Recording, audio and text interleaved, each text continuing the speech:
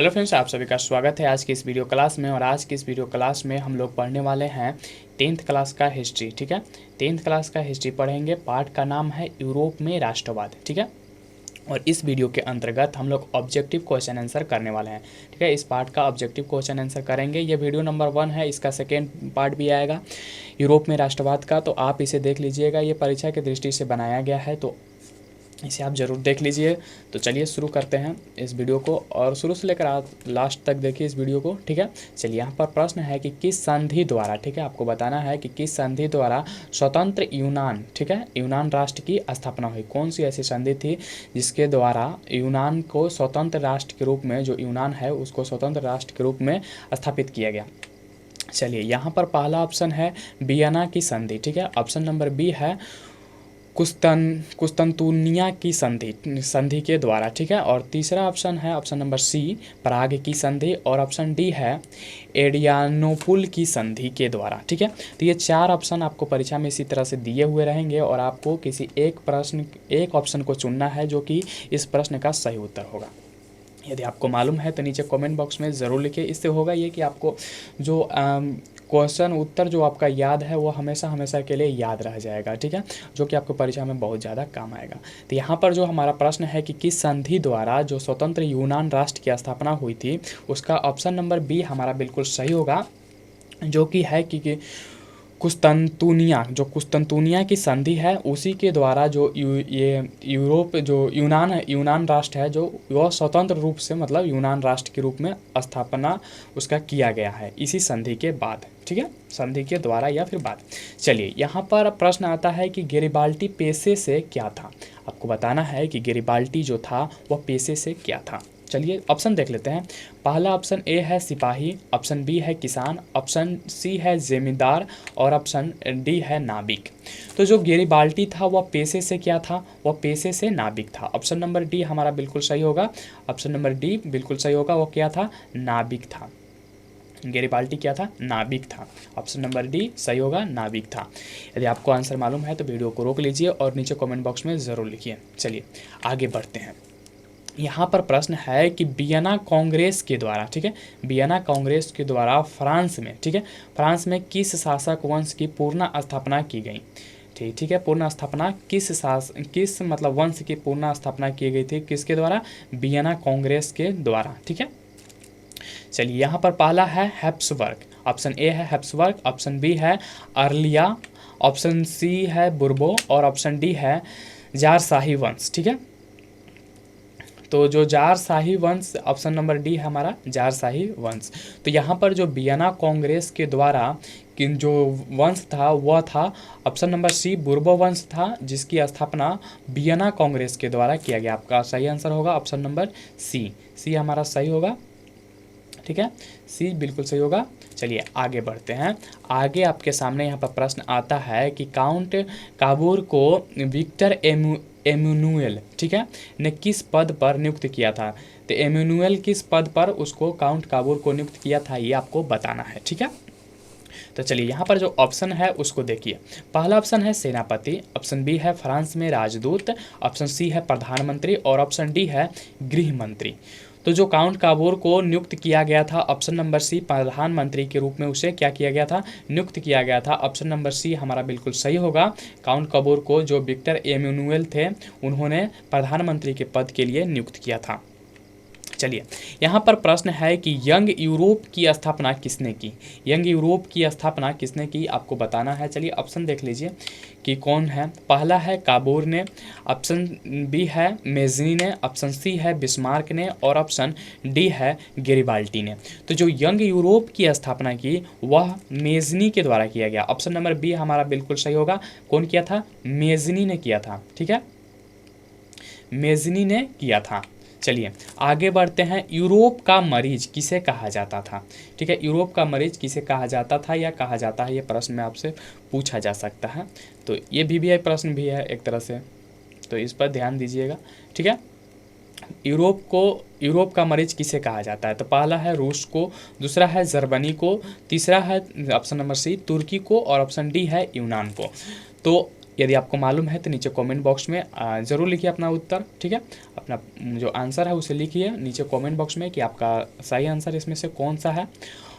और वीडियो अच्छी लग रही है तो वीडियो को लाइक कीजिए, अपने दोस्तों के साथ शेयर जरूर कीजिए। चलिए, यूरोप का मरीज किसे कहा जाता है? तो यूरोप का जो मरीज है वो तुर्की को कहा जाता है।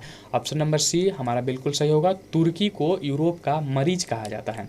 चलिए आगे यहाँ पर प्रश्न देखिए कि नेपोलियन ने, ठीक है, नेपोलियन ने जर्मनी में किस संघ की स्थापना की? ठीक है, ये आपको बताना है कि नेपोलियन जो था वह जर्मनी में, कहाँ पर? जर्मनी में किस संघ की स्थापना की, ये आपको बताना है।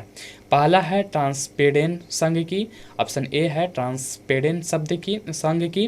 दूसरा है सिस्पेलाइन सिस्पाइन संघ की, ठीक है, इसको ध्यान से पढ़िए। और ऑप्शन सी है राइन संघ की, और ऑप्शन डी है इनमें से कोई किसी का नहीं, ठीक है। तो यहाँ पर जो सही आंसर है वह है कि नेपोलियन ने जर्मनी में किस संघ की स्थापना की? तो ऑप्शन नंबर सी हमारा बिल्कुल सही होगा, राइन संघ। उसने कौन सा संघ? राइन संघ की स्थापना उन्होंने कहाँ की थी? जर्मनी में की थी, ठीक है। राइन संघ की स्थापना उन्होंने किया था जर्मनी में। चलिए यहाँ पर देखते हैं कि नौ गु एल्फ आंदोलन कहाँ हुआ था, ये आपको बताना है कि ये आंदोलन कहाँ हुआ था। पहला है इटली में, ऑप्शन बी है जर्मनी में, ऑप्शन सी है फ्रांस में, और ऑप्शन डी है ब्रिटेन में। तो जो नौ गु एल्फ, ठीक है, नौ गु एल्फ जो आंदोलन हुआ था वह हुआ था ऑप्शन नंबर ए इटली में हुआ था, ठीक है, इटली में हुआ था। हमारा बिल्कुल सही आंसर होगा ए, ठीक है, इटली में। अगर अभी तक आपने हमारे चैनल को नहीं सब्सक्राइब किया है तो हमारे चैनल को ज़रूर से ज़रूर सब्सक्राइब कर लीजिए, ठीक है। ये हमारा चैनल का नाम है नॉलेज स्टोर, आप इसे सब्सक्राइब कर लीजिए रेड बटन को दबाकर। चलिए आगे बढ़ते हैं। आगे प्रश्न को देखिए कि मेटरनिख कौन था, ठीक है, मेटरनिख कौन था ये आपको पूछा गया है। चलिए यहाँ पर ऑप्शन ए है ऑस्ट्रेलिया का चांसलर, ऑप्शन बी है प्रासा का चांसलर, ऑप्शन सी है फ्रांस का सम्राट, और ऑप्शन डी है रूस का जार। तो जो मेटरनिख था उसके बारे में आपसे पूछा गया है कि मेटरनिख आखिर कौन था, ठीक है, मेटरनिख कौन था ये आपसे पूछा गया है। तो मेटरनिख कौन था? ऑस्ट्रेलिया का चांसलर था। क्या था? ऑस्ट्रेलिया का चांसलर था, ठीक है, ऑस्ट्रेलिया का चांसलर था। चलिए आगे बढ़ते हैं कि कार्बोनरी का स्थापना किस वर्ष हुई थी? यहाँ पर वर्ष बताना है कि कार्बोनरी का जो स्थापना हुआ था वह किस वर्ष हुआ था। ऑप्शन ए है 1810 ईस्वी में, ऑप्शन बी है 1815 ईस्वी में, ऑप्शन सी है 1830 ईस्वी में, और ऑप्शन डी है 1848 ईस्वी में। तो आपको बताना है कि कार्बोनरी की स्थापना कब हुई थी। तो यहाँ पर जो इसकी स्थापना हुई थी वह हुई थी 1810 ईस्वी में। ऑप्शन ए हमारा बिल्कुल सही होगा, 1810 ईस्वी में। चलिए आगे बढ़ते हैं। 1830 की क्रांति, प्रश्न है कि 1830 की क्रांति के बाद फ्रांस में, ठीक है, फ्रांस में किस प्रकार का शासन स्थापित हुआ, ठीक है, किस प्रकार का शासन आया था ये आपको बताना है 1830 की क्रांति के बाद के बारे में पूछा गया है। पहला है ऑप्शन ए निरंकुश राजतंत्र, ऑप्शन बी है संघीय शासन व्यवस्था, ऑप्शन सी है गणराज्य, और ऑप्शन डी है संवैधानिक राजतंत्र। तो 1830 की क्रांति के बाद फ्रांस में जो शासन का प्रकार आया था वह आया था निरंकुश राजतंत्र। क्या आया था? निरंकुश राजतंत्र, ठीक है, निरंकुश राजतंत्र व्यवस्था आया था 1830 की क्रांति के बाद। चलिए आगे बढ़ते हैं। लाल कुर्ता, ठीक है, लाल कुर्ता की टुकड़ी, लाल कुर्ता की टुकड़ी का गठन किसने किया था? तो ऑप्शन ए है बिस्मार्क ने, ऑप्शन बी है काबूर ने, ऑप्शन सी है मेजनी ने, और ऑप्शन डी है गेरिबाल्टी ने। तो जो लाल कुर्ता, ठीक है, लाल कुर्ता टुकड़ी का जो गठन किया गया था वह किया गया था ऑप्शन नंबर डी गेरिबाल्टी के द्वारा, ठीक है, ऑप्शन नंबर डी गेरिबाल्टी के द्वारा। चलिए आगे बढ़ते हैं अपने अगले प्रश्न की तरफ। प्रश्न है कि सेडाव के युद्ध में किसकी पराजय हुई, ठीक है, किसकी पराजय यानी कि हार हुई, यहाँ पर हार हुई पूछा जा सकता है। चलिए ऑप्शन ए है परासा की, ऑप्शन बी है सर्डेनिया की, ऑप्शन सी है ऑस्ट्रेलिया की, और ऑप्शन डी है नेपुल्स की। तो जो सेडाओ के युद्ध था उसमें पराजय हुआ था ऑस्ट्रेलिया की। ऑप्शन सी हमारा बिल्कुल सही होगा, ऑस्ट्रेलिया की क्या हुई थी? पराजय हुई थी। नीचे कमेंट बॉक्स में ज़रूर लिखिए, ठीक है। चलिए आगे बढ़ते हैं। किस युद्ध के बाद, ठीक है, किस युद्ध के बाद जर्मनी का एकीकरण पूरा हुआ, ठीक है। कौन सा युद्ध था जिसके बाद जो जर्मनी का एकीकरण था वह पूर्ण रूप से पूरा हो गया, ठीक है। तो यहाँ पर है क्रीमिया का युद्ध, ऑप्शन ए। ऑप्शन बी है सेडाओ का युद्ध। ऑप्शन सी है प्रासाद डेनमार्क का युद्ध। और ऑप्शन डी है सीडान का युद्ध। तो जो जर्मनी का एकीकरण हुआ था जिस युद्ध के बाद, उस युद्ध का नाम था सीडान का युद्ध, ठीक है। सीडान के युद्ध के बाद जर्मनी का एकीकरण हो गया, ठीक है। चलिए आगे बढ़ते हैं। अगले प्रश्न यहाँ पर आया कि रक्त और लौ, ये VVI प्रश्न है, ठीक है। ये VVI प्रश्न है, इस पर ध्यान दीजिएगा। रक्त और लौ, ठीक है। रक्त और लौ की नीति किसने अपनाई, ठीक है। यहाँ पर चलिए, ऑप्शन ए है बिस्मार्क ने। ऑप्शन बी है फ्रेडरिक विलियम चतुर्थ ने। ऑप्शन सी है विलियम प्रथम ने। और ऑप्शन डी है गेरिबाल्टी ने। तो यहाँ पर 4 ऑप्शन आपको दिया हुआ है, आपको बताना है कि इसमें से सही ऑप्शन कौन सा है।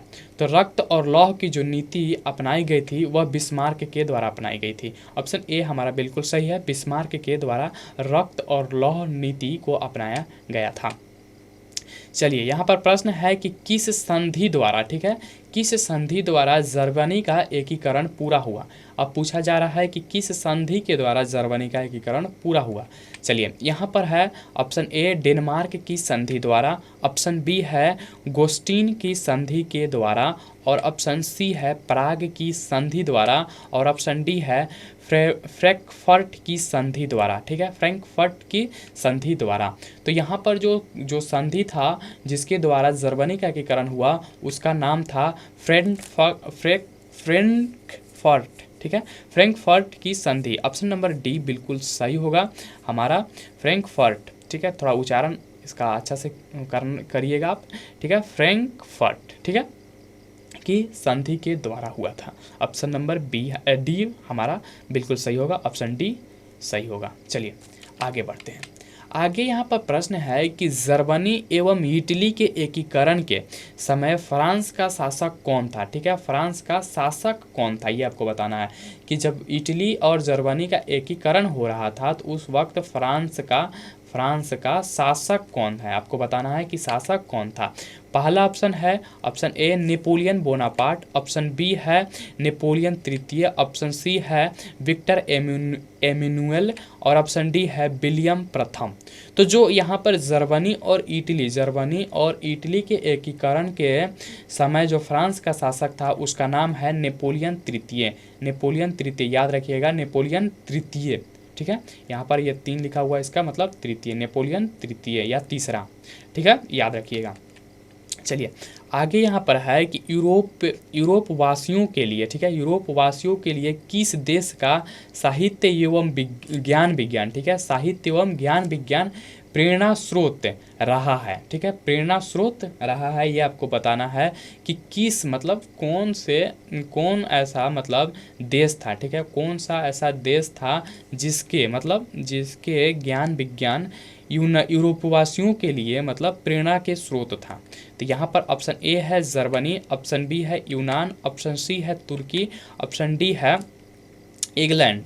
तो यहाँ पर जो यूरोपवासियों के लिए जिस देश का ज्ञान विज्ञान प्रेरणा का स्रोत था उसका नाम है यूनान। ऑप्शन बी हमारा सही होगा, यूनान वह देश था जिसका ज्ञान और विज्ञान के प्रेरणा यूरोपवासियों के प्रेरणा के स्रोत था, ठीक है। चलिए यहाँ पर है कि यहाँ पर राष्ट्रवाद या राष्ट्रवाद होगा, यहाँ पर होगा, ठीक है ना, राष्ट्रवाद, ठीक है। राष्ट्रवाद की अवधारणा का जन्म किस घटना से माना जाता है, ठीक है, राष्ट्रवाद की अवधारणा का जन्म किस घटना से माना जाता है। ऑप्शन ए है पूर्णा जागरण।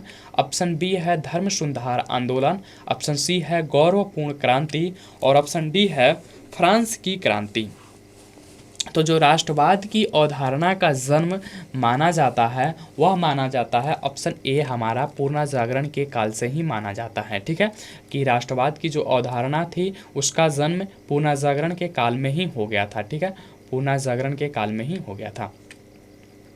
चलिए यहाँ पर प्रश्न है, ये भी VVI प्रश्न है, ठीक है, ये कई बार पूछा गया है तो इसे याद रखिएगा कि किसने कहा था कि जब फ्रांस छांकता है, नहीं छींकता है या छांकता है, ठीक है, छींकता है, यहाँ पर ऐसे अगर होगा, छींकता है, ठीक है, छींकता है तो बाकी यूरोप को, ठीक है, बाकी यूरोप को सर्दी जुकाम हो जाता है। ये किसका कथन है, मतलब कि ये किसने कहा था कि जब थी यूरोप को मतलब जब फ्रांस छींकता है तो बाकी यूरोप को, यानी पूरे यूरोप को सर्दी जुकाम हो जाता है। पहला ऑप्शन ए है मेटरनिक ने, ऑप्शन बी है बिस्मार्क ने, ऑप्शन सी है मेजनी ने और ऑप्शन डी है गेरिबाल्टी ने। तो यहाँ पर जो कहने वाला था इस कथन को, उनका नाम था मेटरनिक। ऑप्शन ए हमारा बिल्कुल सही होगा, मेटरनिक था जिसने कहा था कि जब फ्रांस छींकता है तो बाकी यूरोप को सर्दी जुकाम हो जाता है। आज की वीडियो में इतना ही।